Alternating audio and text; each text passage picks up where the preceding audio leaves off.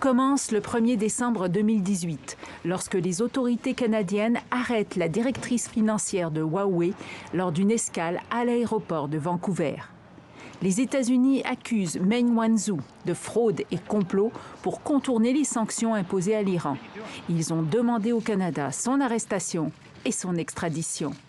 Des accusations réfutées par la directrice de Huawei. Libérée sous caution, elle vit depuis sous étroite surveillance dans l'une de ses résidences de Vancouver. Le gouvernement chinois réclame sans relâche sa libération.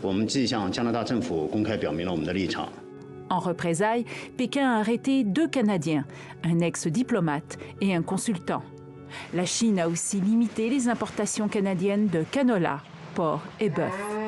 Le Canada se retrouve donc pris en étau entre la Chine et les États-Unis. Après mon assermentation, j'étais déjà à rencontrer mon homologue chinois. Régler cette crise avec la Chine fait partie des priorités du nouveau ministre canadien des Affaires étrangères, François-Philippe Champagne. Mon rôle, c'est de ramener les parties autour de la table, essayer des éléments de solution pour faire avancer. Le premier ministre Trudeau, de son côté, maintient sa position.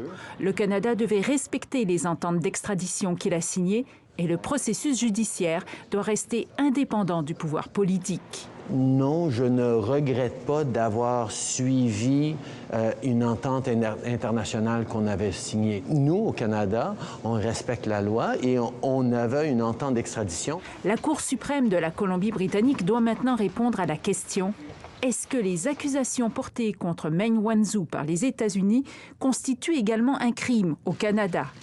En tout temps, le ministre canadien de la Justice a le pouvoir d'intervenir pour mettre fin au processus d'extradition. Mais cette option semble peu probable.